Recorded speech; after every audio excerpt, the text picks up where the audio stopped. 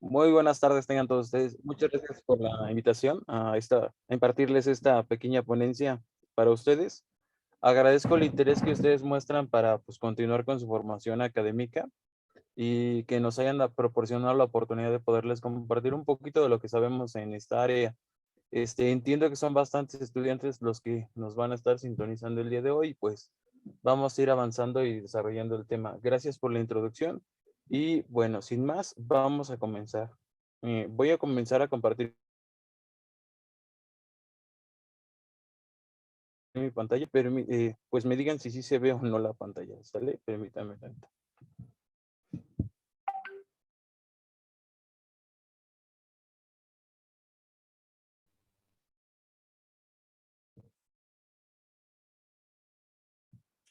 Muy bien. ¿Se logra percibir? Sí, ya se puede ver. Muy bien. Buenas tardes tengan todos. El tema que vamos a desarrollar el día de hoy son los modelos murinos en ingeniería tisular. Para poder ir llegando a esa parte, me di a la tarea de investigar un poco acerca de su universidad, de las investigaciones que realizan y pues me he dado cuenta que están muy interesados en poderse actualizar constantemente. Parte de ello, o como resultado de esto, son estos congresos que ustedes como estudiantes se animan a realizar y de hecho lo felicito. Vamos a comenzar a trabajar como de la parte general a lo particular hasta llegar a los modelos murinos. Y entonces lo vamos a ir llevando poco a poco. Como ustedes le escucharon en la introducción, pues tengo relativamente poco egresado de la licenciatura como tal, pero tenemos experiencia hospitalaria que nos permitirá ir decantándonos o encontrando, ir viendo por qué los modelos murinos son interesantes en la parte de ingeniería tisular y por qué tenemos que abordarlos. Entonces, sin más, pues vamos a empezar. Yo soy maestro en física médica, como lo dijeron previamente. Vengo de México, de la Universidad Autónoma del Estado de México. Y pues, primero que nada, como aquí todos son estudiantes de ingeniería biomédica, pues siempre yo les hago referencia a estos memes, ¿no? Cuando ingresa uno a la carrera o a la licenciatura, una de las cosas que siempre piensa uno cuando va a entrar es que al primer semestre o al segundo semestre va a poder hacer su armadura de Iron Man. Es como una de las cosas más creíbles o de las cosas como que más influyen. Pero después del primer semestre o después del primer año estudiando, pues uno se da cuenta que esto no es cualquier cosa, que son cosas bastante serias y cosas que nunca habíamos considerado que eran óptimas o que eran cosas que tendríamos que ver o estudiar, ¿no? Entonces, poco a poco, el sueño no se destruye, sino va cambiando. Vamos dándonos cuentas o vamos madurando en nuestro conocimiento o en la parte tan importante que es los estudios que estamos realizando, sobre todo por los sacrificios personales y familiares que implican el hecho de que estamos estudiando. Entonces, poco a poco no se destruye lo que pensamos, sino va cambiando. Entonces, nuestra formación académica tiene que ser eso, un constante cambio, no porque estemos equivocados, sino porque nos damos cuenta que hay cosas mejores o distintas a lo que nosotros normalmente consideramos como único o como lo que puede, o lo único, o lo que hay, ¿no? Entonces, estos cambios vienen, pues, a partir de eso. Entonces, miren, me presento. Yo soy ingeniero médico. Yo estudié en la universidad, como yo les dije. Tengo un máster en física médica y pues tenemos experiencia hospitalaria. También otra de las cosas, soy profesor universitario, entonces tengo experiencia hablando frente a grupo. Ahora la pandemia pues nos ha puesto patas arriba en estas situaciones y nos toca innovar para poder crear este contenido que a ustedes como jóvenes los motiva a seguir estudiando aún desde sus casas, porque según estuve leyendo, pues ustedes tienen poco en comenzar a tener ciertas actividades presenciales, mi universidad también. Entonces, tengo experiencia previa ya con grupos trabajando un poco y una de las cosas que pues les puedo comentar es que dar clases a jóvenes pues es bastante bueno y cambia la perspectiva de uno y la forma en la que los trata porque básicamente pues estamos tratando con futuros profesionistas como el día de hoy y es una de las cosas que me gusta mucho y me motiva mucho todos los días. Entonces espero hacer lo más digerible posible esta conferencia y también una de las cosas que sí les quiero pedir es que si alguien tiene alguna duda o alguna pregunta, la puede ir compartiendo, me parece que es por aquí por el chat. Y no hay problema si la pregunta es a media conferencia, podemos irla aclarando, sobre todo porque para mí me implica que tengo cierta retroalimentación me están viendo y me están escuchando porque yo les dije a mis alumnos en algunas ocasiones aquí en México, no sé si allá en su país, hay un programa que se llama Dora la Exploradora. Lo desconozco, no sé si me puede decir usted, Benjamín. Sí, también es conocido en nuestro país. Ah, no, está muy bien. Entonces, yo les dije que mis clases de la universidad iban a terminar siendo clases o programas de Dora la Exploradora, porque yo hago preguntas y a los 3 o 2 minutos me acabo contestando solo. Entonces, no hagamos una conferencia así. Si tienen preguntas, vamos a participar y avancemos, ¿sale? Entonces, básicamente nosotros en el área o en la parte de ingeniería biomédica o bioingeniería médica, pues siempre estamos con la idea de que todas las investigaciones, proyectos o las cosas que estamos haciendo tienen que estar relacionados con cuestiones electrónicas, de foquitos, de reglas, transistores, capacitores, que es muy válido, claro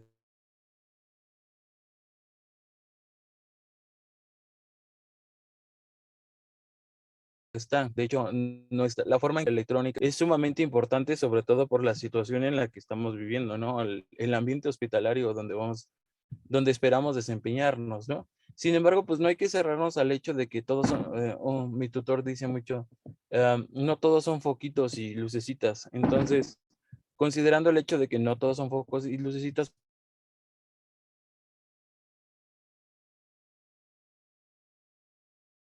toda en la parte de ingeniería biomédica.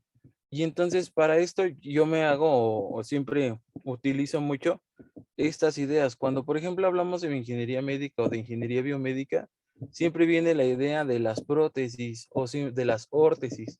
Estamos como muy relacionados o siempre viene a nuestra mente la idea de una prótesis de cadera. Todo el mundo quiere hacer una mano o un muelle para poder colocar una muela también.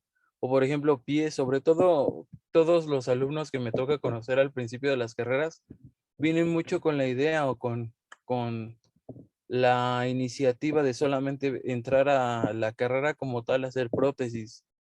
Si bien es una parte de investigación muy, muy importante y tiene mucha importancia y relevancia y mucho impacto en la comunidad o en la sociedad, no solamente es hacer prótesis, órtesis, simplemente por hacerlas. Obviamente hay muchísimas más áreas en las cuales nos podemos decantar. Sin embargo, estas son como las más vistosas o las más conocidas en el campo. ¿Por qué son las más conocidas?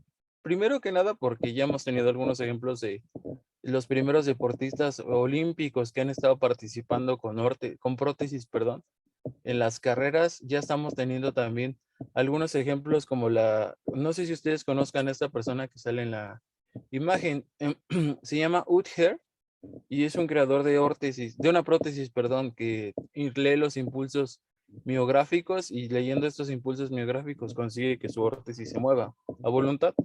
Entonces, si bien estos adelantos son muy interesantes y son muy buenos, en el área de ingeniería biomédica no lo es todo. De hecho, tenemos que ver algunas de las cosas que no les comentan mucho es que tenemos mucho que ver con las relaciones o con la normativa hospitalaria, tenemos que ver con las cuestiones de calidad en los procesos de mantenimiento preventivo, correctivo. También tenemos que ver mucho con los procesos complejos en el funcionamiento de los equipos a nivel hospitalario, gestiones, licitaciones, un mundo enorme de reglas también.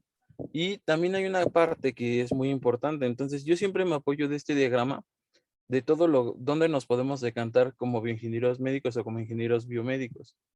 Básicamente hay un montón de campos, por ejemplo, imagenología, con la parte de los tomógrafos, los rayos X, las tomografías, los ultrasonidos, que ahorita, por ejemplo, en la pandemia, pues han sido sumamente socorridos, ¿no? Para poder diagnosticar o conocer cuál es la situación pulmonar. La ingeniería clínica, la ingeniería hospitalaria, la instrumentación médica, la telemedicina que ha sido tan necesaria de echar mano hoy en día para poder canalizar a los pacientes o darles acompañamiento.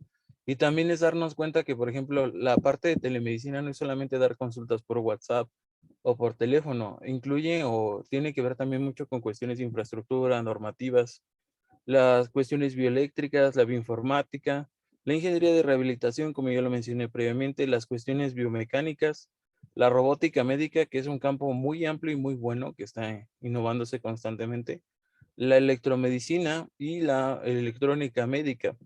Son muchos de los campos en los cuales nos podemos decantar, y dando un poquito de estos ejemplos, pues ustedes se pueden ir dando cuenta o pueden ir haciéndose una idea de más o menos cómo o qué aplicaciones tiene en el área hospitalaria, en la parte profesional y en la parte de investigación. Hoy en día, la parte de los modelos morinos que yo les quiero hablar tiene que ver con la parte de ingeniería de tejidos. La parte de ingeniería de tejidos es un área en algunas ocasiones poco explorada, poco conocida, no porque no sea interesante, sino porque es poco divulgada en algunas ocasiones y es complejo conocer o saber alguien del área, de estas áreas que investigue, sobre todo en estas cuestiones. Entonces, el día de hoy vamos a ir decantando un poco la parte de modelos morinos, que es parte de la ingeniería de tejidos. Su servidor, pues, ha trabajado en esta área un tiempo en conjunto. Obviamente es un área multidisciplinaria muy grande. De hecho, aquí ya les tengo o los decanto un poco. La ingeniería de tejidos lo que busca directamente es activar las capacidades regenerativas del cuerpo. Una de las cosas que tiene el cuerpo es que tiene la capacidad de regenerarse. Obviamente no regenerarse a niveles macroscópicos cuando el daño es muy grande, no es como que nos vayan a cortar un brazo y nos salga otro, pero sí tenemos la capacidad de subsanar estas situaciones que ponen en peligro nuestra vida. Lo que busca en algunas ocasiones, si no logras activar la capacidad regenerativa del cuerpo por sí misma, lo que busca es reemplazar los tejidos dañados, ¿sale? Pero reemplazar no es como los cuerpos humanos o el cuerpo humano, es una máquina muy buena y muy interesante, la cual tiene la capacidad de regenerarse, pero pues no somos máquinas como tal en el aspecto de que pues ya nos duele una rodilla, nos la quitamos y nos ponemos otra, o nos quitamos una tuerca y no.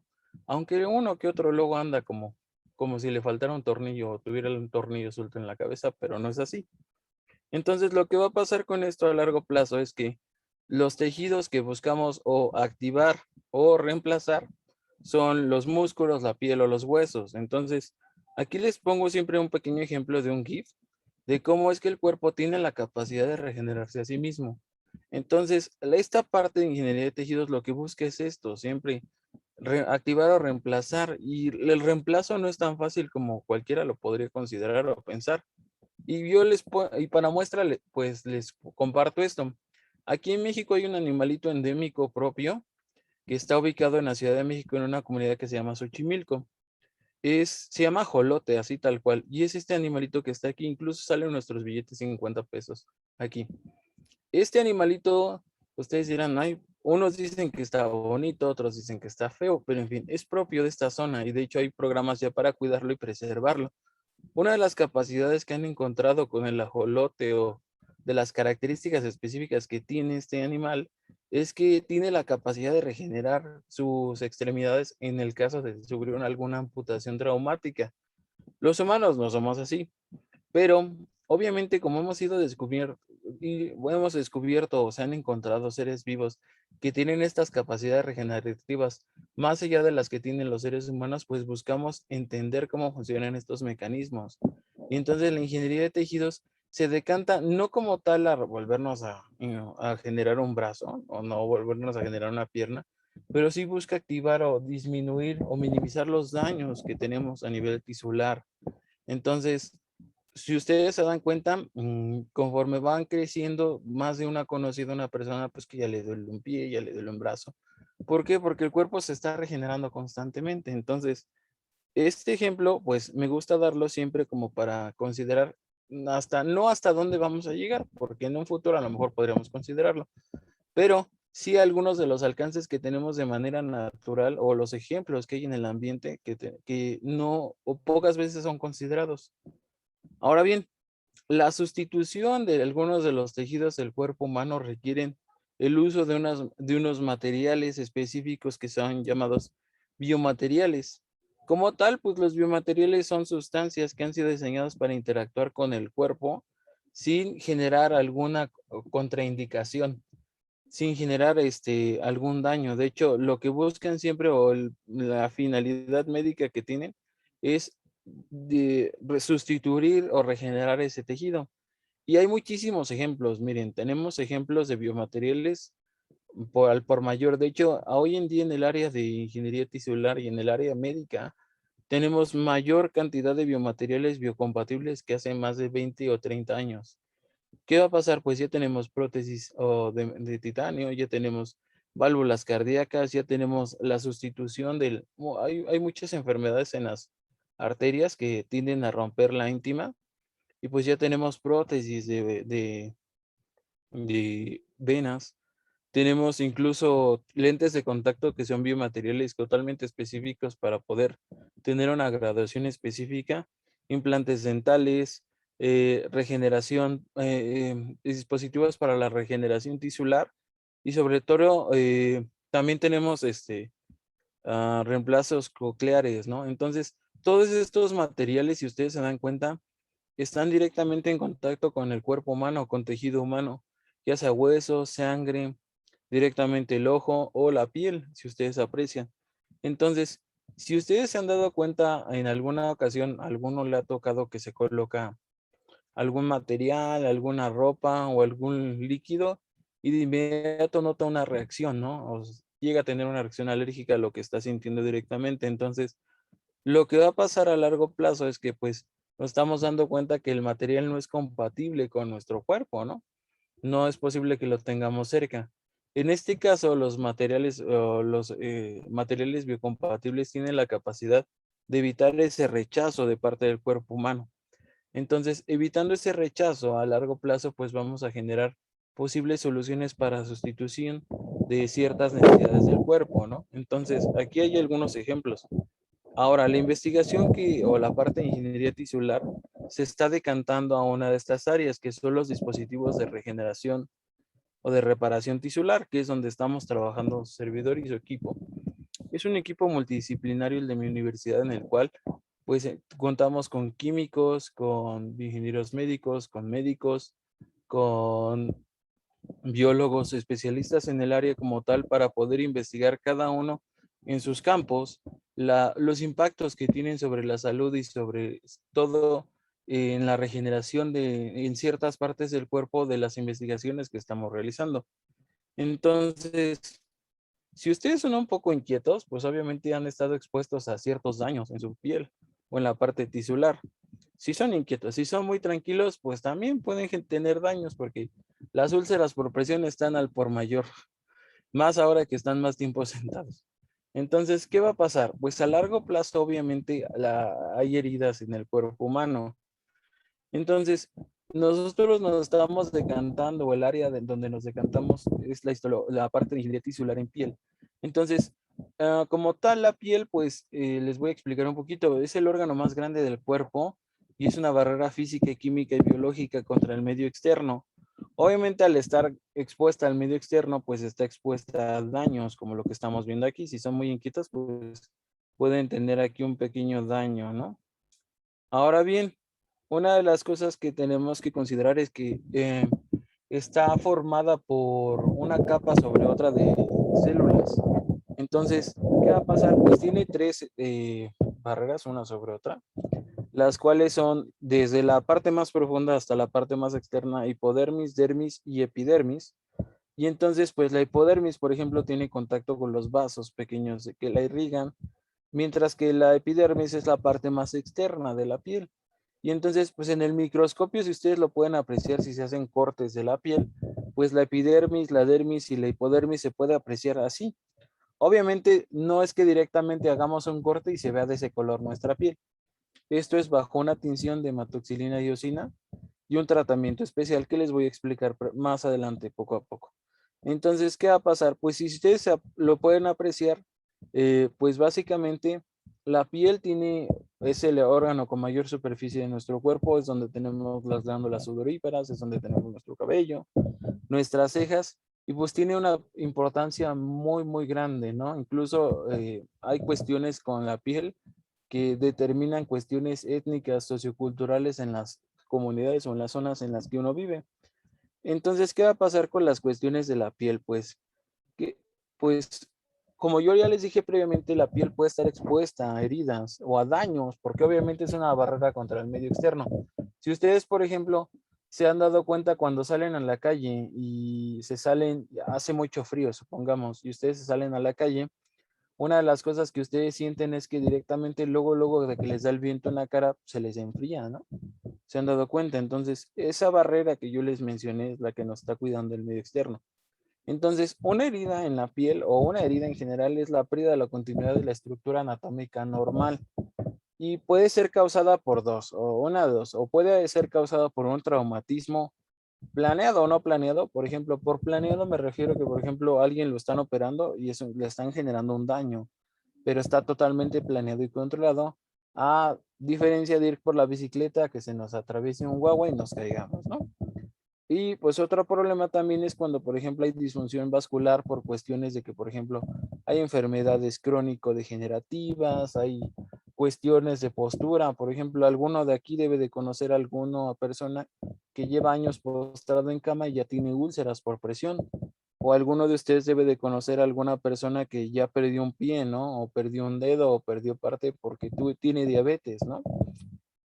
Más de uno, no sé cómo sea la prevalencia por allá en cuestiones de diabetes. Aquí en México, pues es una situación bastante grave, lo que convierte pues a las heridas en cuestiones de salud pública o problemas de salud pública, no solamente en México, sino a nivel Latinoamérica.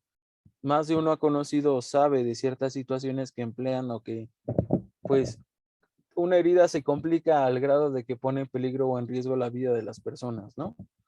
Entonces, el cierre de las heridas depende mucho de la salud de la persona.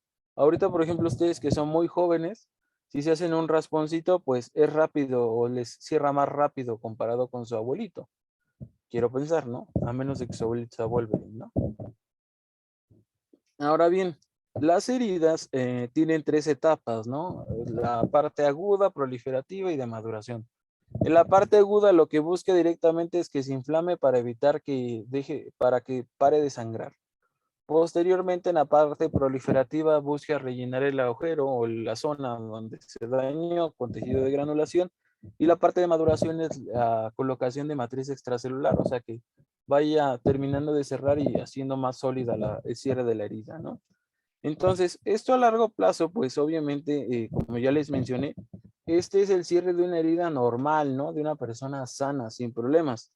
Si, por ejemplo, ustedes conocen a una persona que ha tenido problemas con una herida que no se le cierra, puede ser porque tenga alguna cuestión metabólica, disfuncional o que tenga algún problema también esta persona, ¿no? Entonces, ¿esto para qué o a colación de qué viene? Pues obviamente tenemos problemas y buscamos siempre soluciones. De hecho, lo que siempre pasa en nuestra área es que nuestra carrera o nuestra área es una carrera para arreglar muchos problemas.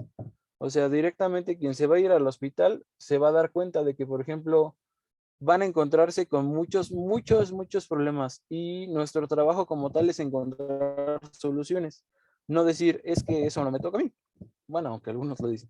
Pero el chiste de nuestra carrera es encontrar soluciones. Por eso somos ingenieros, para ingeniarnos y encontrar y dar soluciones a ciertos puntos o a ciertas necesidades.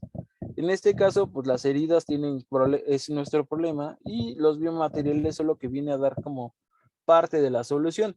Obviamente, ¿qué va a pasar? Pues la solución no se va a encontrar como tal sola, tiene que ser investigada, explorada, abordada desde diferentes puntos de vista, desde diferentes áreas, tomando en cuenta siempre de que no tenemos la razón. Una de las cosas que tenemos que darnos cuenta es que la investigación juega un papel muy importante en nuestra carrera.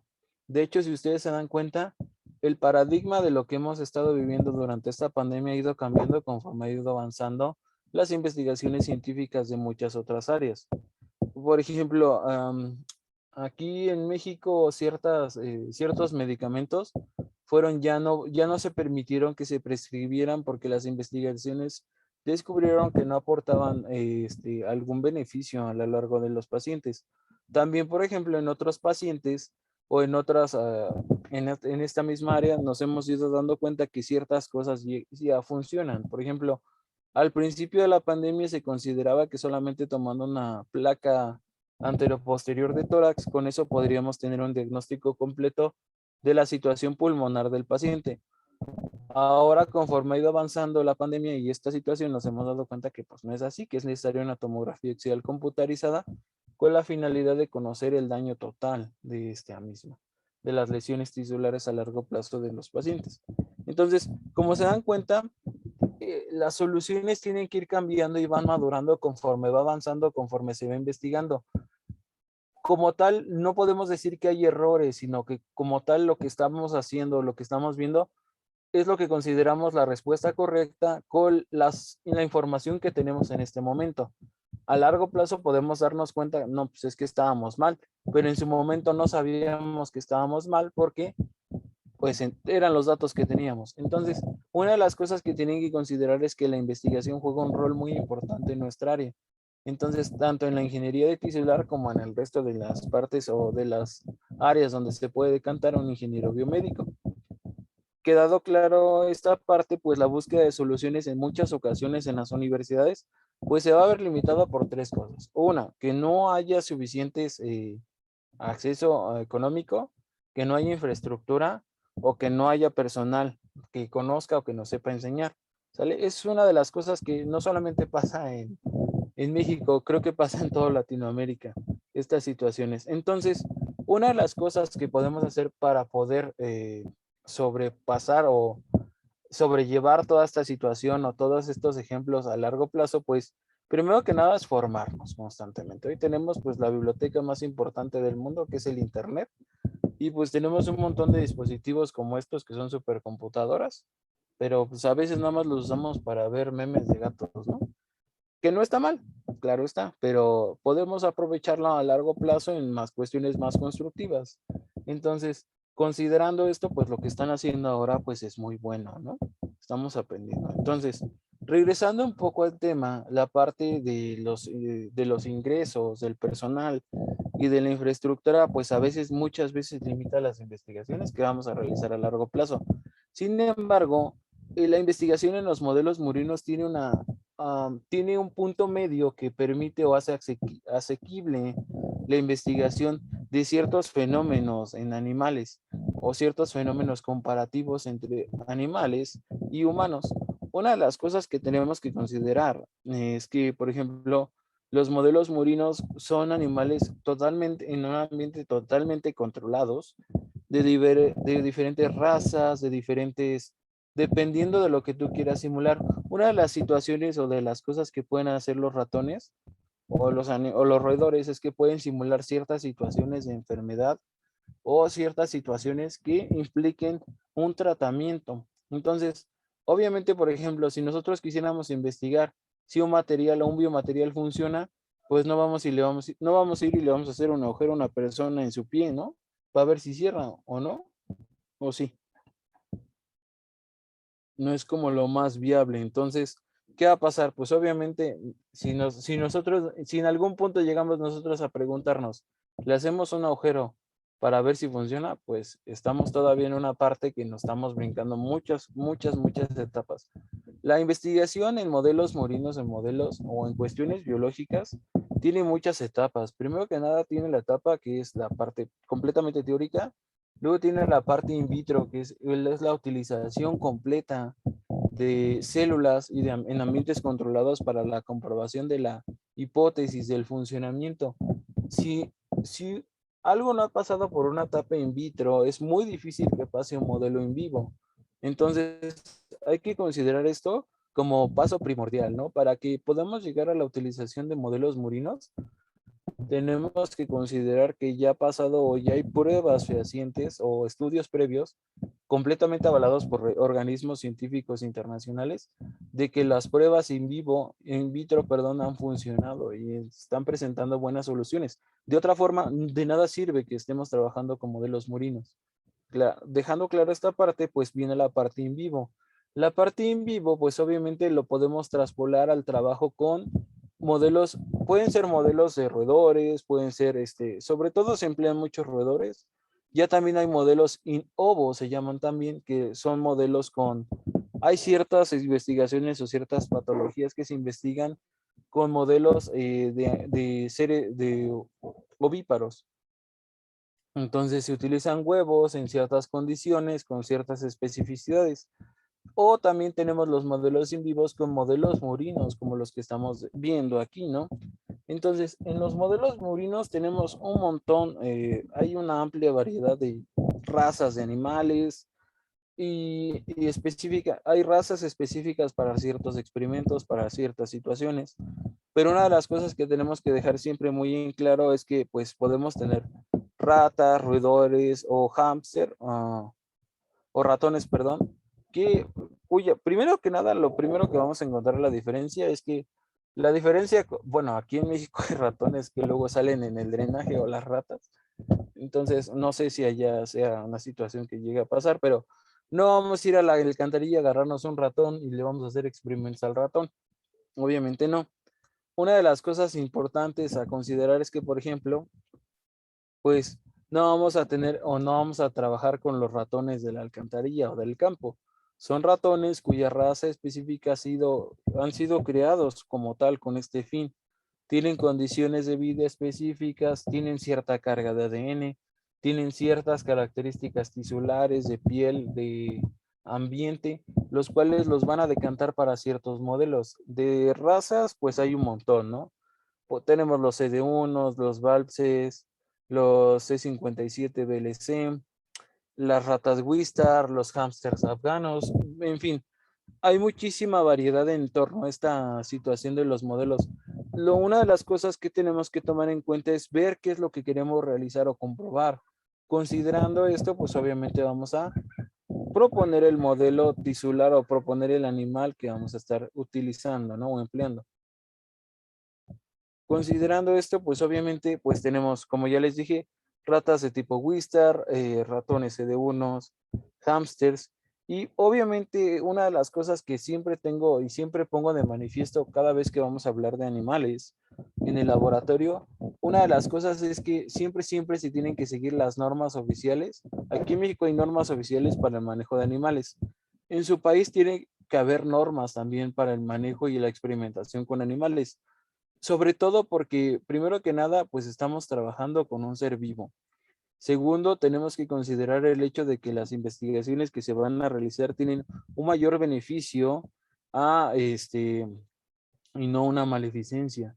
Entonces, hay muchas cuestiones bioéticas y de cuidado específicas que implican o que se tienen que tomar en cuenta para poder trabajar con modelos murinos. Sobre todo porque, primero que nada, estos modelos murinos requieren unas instalaciones específicas para poder estar creciendo. No los podemos tener arrumbaditos en un cuarto y en un topercito. Tienen que tener condiciones específicas para estar viviendo. Tienen ciclos de vigilia, tienen ciclos de luz y sombra, tienen alimento especial. Es bastante curioso. Hay una marca, todo. Si me empiezo a escuchar un poco lento o un poco entrecortado, me avisan, por favor. ¿Sí? O dicen mis alumnos, si me escucho borroso, me dicen. Entonces, algunas de las cosas que debemos de considerar es que, por ejemplo, siempre que vamos a estar experimentando con ratones o con roedores, tiene que pasar esto por un consejo bioético. Sobre todo un consejo bioético que determine primero al cual le expliquemos qué es lo que vamos a hacer, cómo lo vamos a hacer, cuántos animales vamos a emplear, en qué condiciones los tenemos. Una vez que el consejo evalúa qué es lo que se va a estar realizando, pues entonces se aprueba o no lo que está realizando. Otra de las cosas es que la manutención de los animales es en lugares o con jaulas especiales para ellos, alimentos especiales.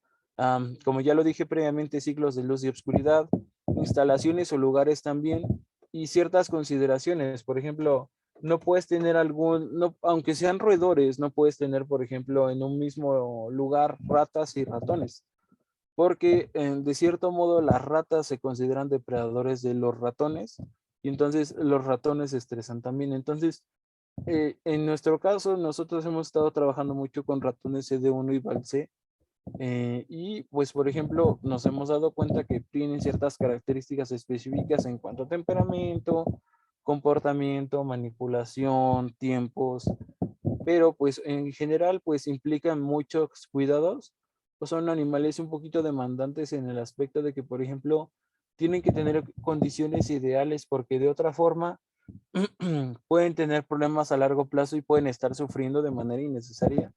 Y pues no, una de las cosas que siempre se debe de tomar en cuenta es que estás trabajando con seres vivos que pueden sentir y pues les va a doler lo que en alguna ocasión les pueda realizar. Entonces, todo tiene que ser, la manipulación tiene que ser de manera correcta, sin maleficencia, sin maltrato.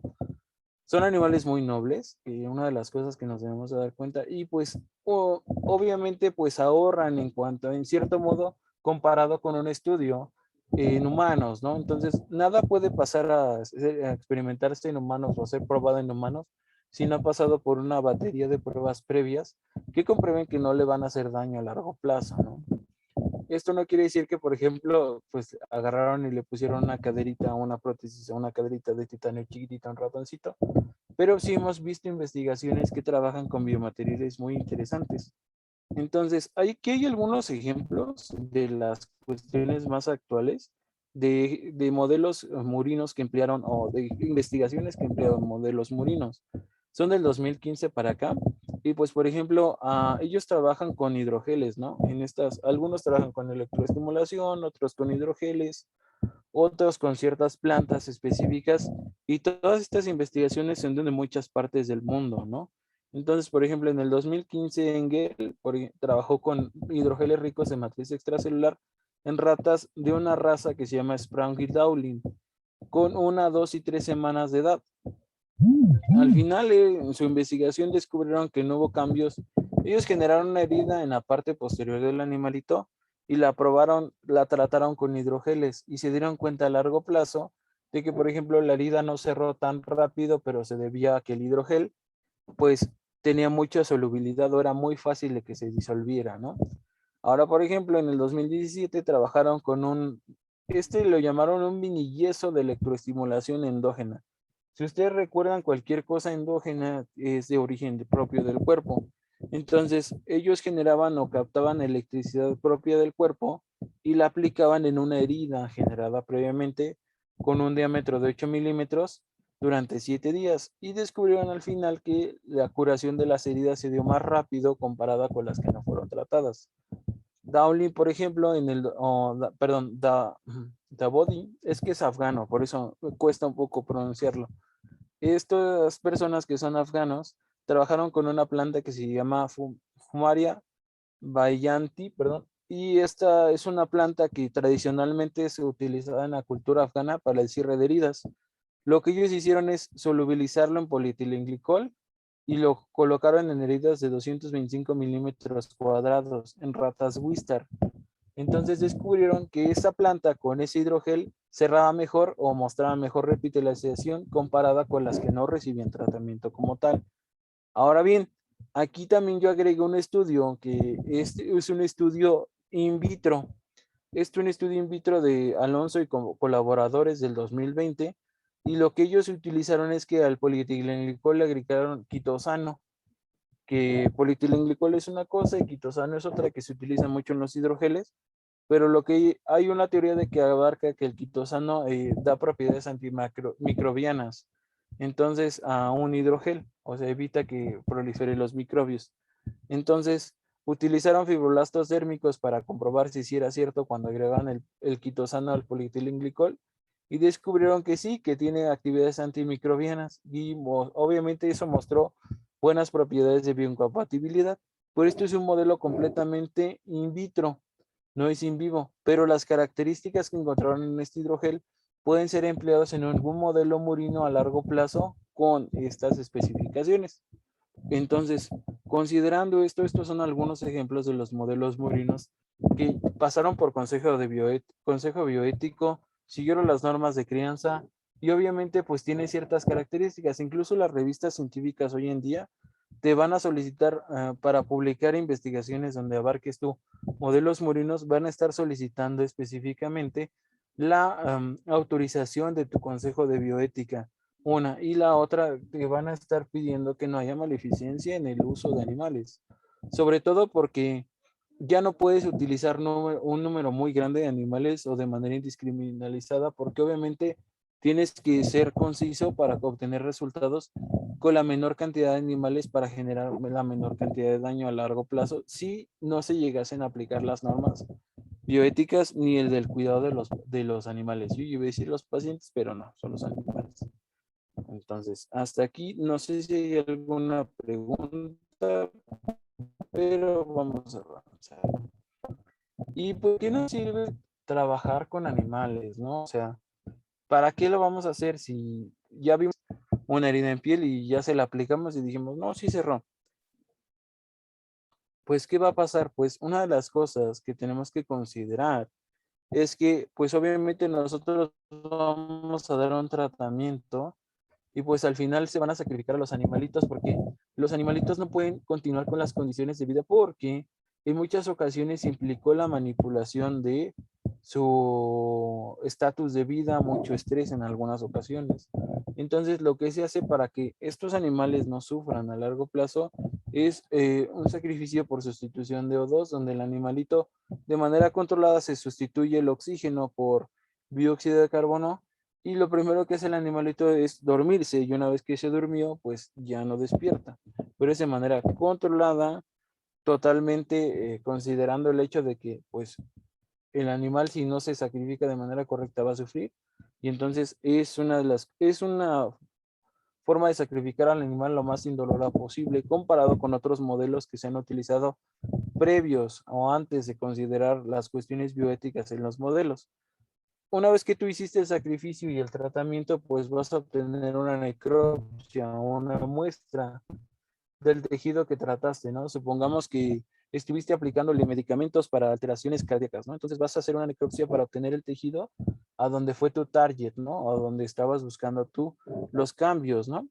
Vas obviamente a fijar, lo que buscas directamente es evitar que tenga modificaciones post-mortem ese equipo y una vez que ya lo fijaste, pues obviamente va a pasar por un proceso de deshidratación, un proceso de preparado para la obtención de laminillas histológicas, como la que estamos viendo. Entonces, vamos a obtener, estas son algunas imágenes de parte de lo que se puede realizar en los laboratorios.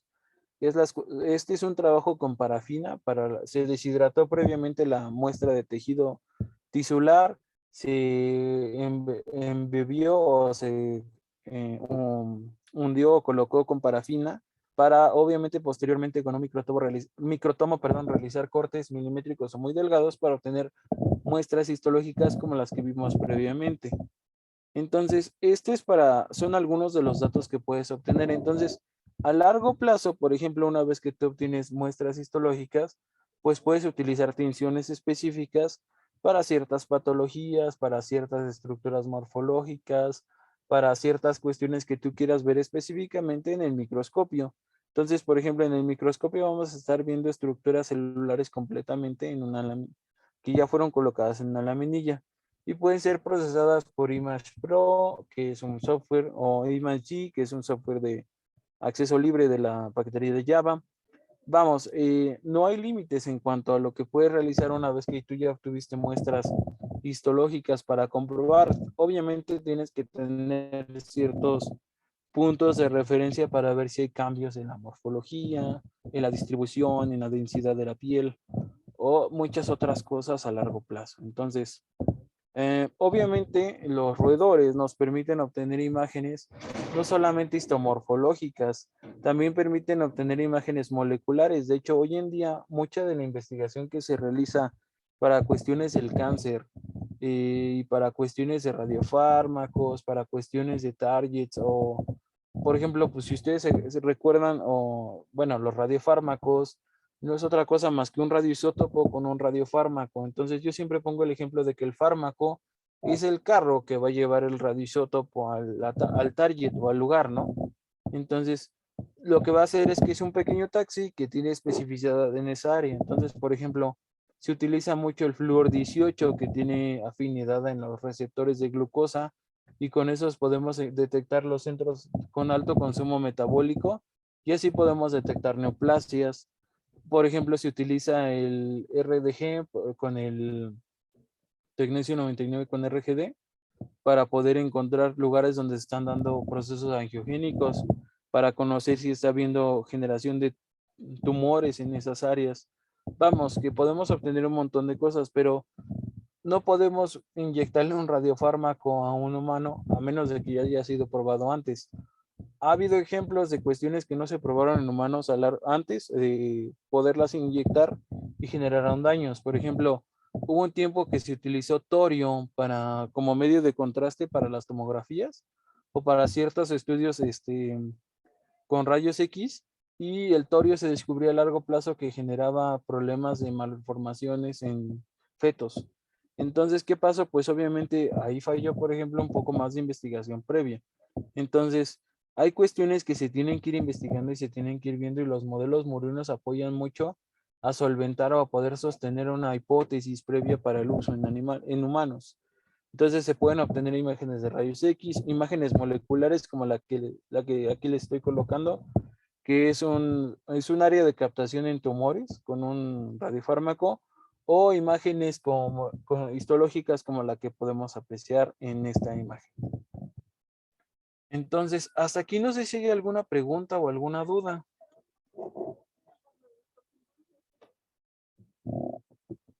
Sí, tenía una consulta con respecto a si es que existe alguna alternativa en el futuro con respecto a los modelos morinos. Si se ha visto alguna alternativa con, digamos, otra especie o si se piensa utilizar otro modelo. Pues miren, actualmente hay algunos modelos matemáticos que ya están simulando ciertas cuestiones para experimentación. No descartemos que a largo plazo, por ejemplo, podamos sustituir una que otra cosa o por simulaciones a largo plazo, pero estoy hablándote en unos 10, 20 años, más o menos, considerando pues, lo que está pasando hoy en día.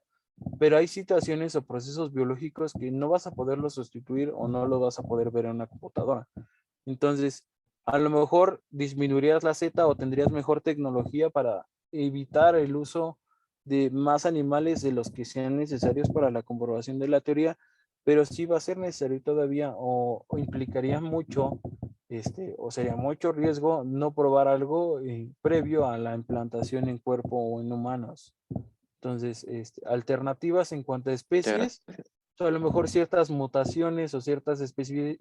Hay ciertas razas de ratones que están mutadas específicamente para ciertos fines. Por ejemplo, hay ratones que ya no tienen pelo, que son los nu. O hay ratones que ya son directamente atímicos, o sea, ya no tienen sistema inmune, ya no tienen timo.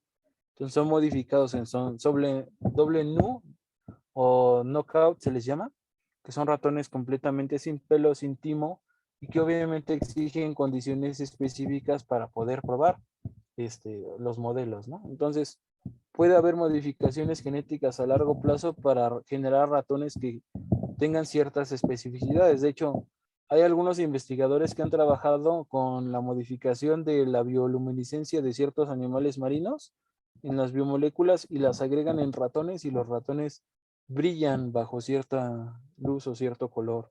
Entonces, son los famosos videos de los ratones fosforescentes que luego ven en TikTok, son esos. Ok, muchas gracias.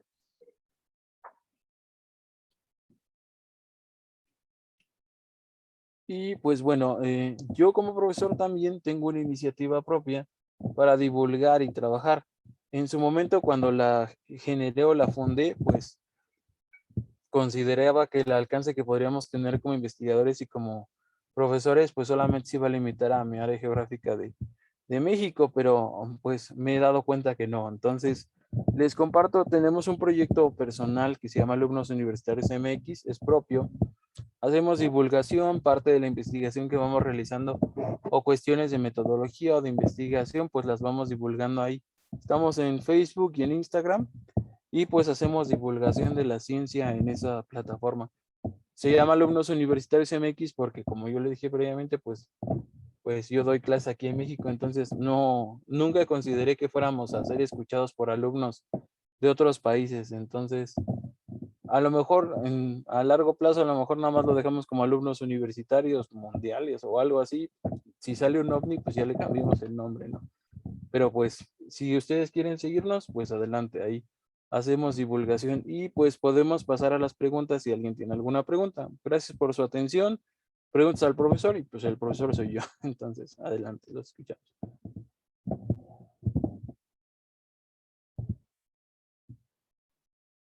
Ok, muchas gracias al ponente. Ahora pasaremos con la ronda de preguntas. Alguna consulta podría realizarla en el chat, ¿no? Y sí, también tenía otra consulta, estimado Ángel, si podrías referirme con respecto a cuál es el biomaterial que actualmente es más versátil y a la vez más viable, ¿no? Económicamente hablando. Biomaterial más versátil y económico. Pues miren, el biomaterial, por ejemplo, depende mucho de lo que queramos sustituir. Ya vimos que podemos sustituir piel, hueso y músculo. Entonces, tenemos que ver, por ejemplo, de qué área, ¿no? Pues supongamos que, por ejemplo, el más viable en las cuestiones, por ejemplo, de ingeniería tisular en huesos es el titanio, ¿no? Por ejemplo, la mayoría de las prótesis o los clavos que van a estar utilizándose ya hoy en día en los humanos o en las operaciones son el titanio. Entonces, el titanio, por ejemplo, pues es bastante versátil, es muy dúctil y tiene muy bajo rechazo de parte del cuerpo humano. Ahora que si nos vamos a cuestiones de piel, pues se hace el campo más grande. Entonces, por cuestiones de materiales, pues depende mucho también del acceso o de la tecnología que haya, por ejemplo, en la zona donde están realizando investigaciones. Incluso han estado haciendo investigaciones con piel de tilapia para regeneración tisular y tiene muy buen resultado. La tilapia es un pez. Entonces, han visto que tiene muy buenos resultados. Entonces, vamos, es muy amplio el catálogo. Depende mucho de la cartera y de los conocimientos de las personas. Ok, muy amable.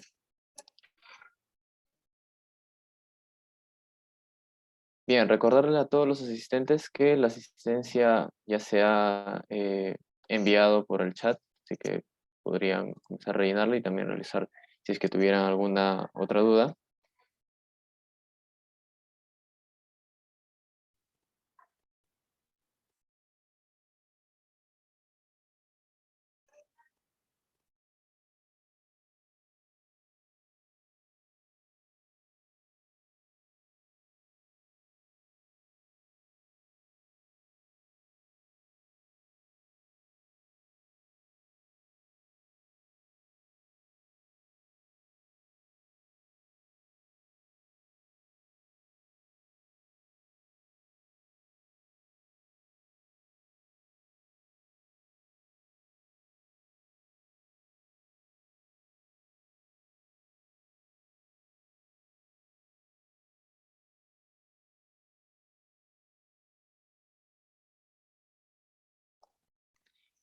Bueno, Ángel, parece que la presentación ha sido muy completa. La verdad que eh, muy pocas dudas han surgido ya que has abarcado una gran parte, aunque sí hay ciertos aspectos que deben tener, más que todo también con la bioética, el pensar que se debe haber mayor beneficio que maleficio con respecto al uso de estos seres vivos.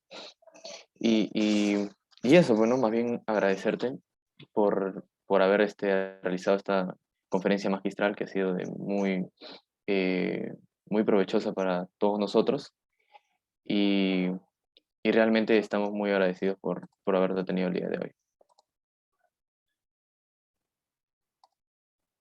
No, pues yo les agradezco mucho a ustedes que hayan hecho la invitación. Un segundo, por favor.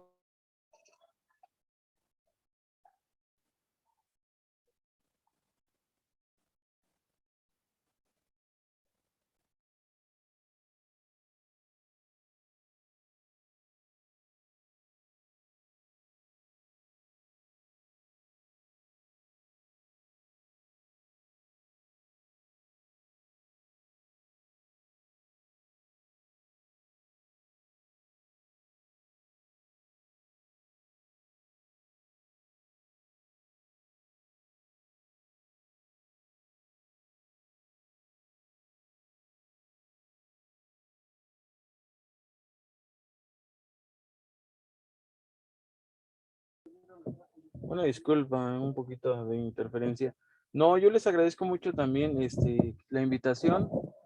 Los invito mucho a que sigan haciendo este tipo de encuentros para que puedan ampliar un poquito los conocimientos que hay en torno a, no solamente, yo les menciono siempre a mis alumnos, ver que hay más allá de nuestra montaña o del lugar donde estamos, ¿no?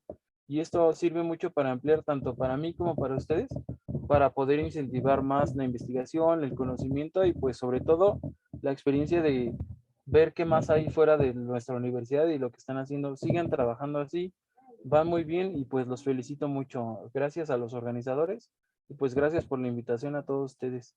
Cuídense mucho. Igualmente nos vemos, Ángel. Muchas gracias.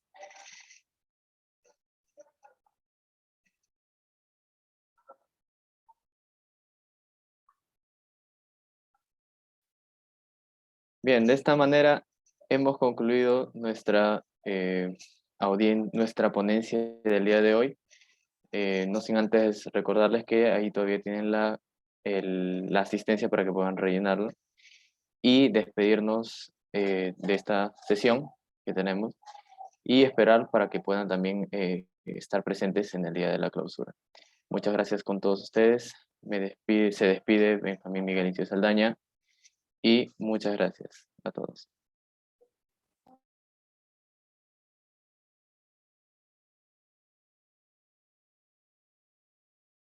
Oh, sí, sí leí. Muchas gracias, Nicole, por la invitación y por mandarme la información. Cuídense, que estén bien. Hasta luego.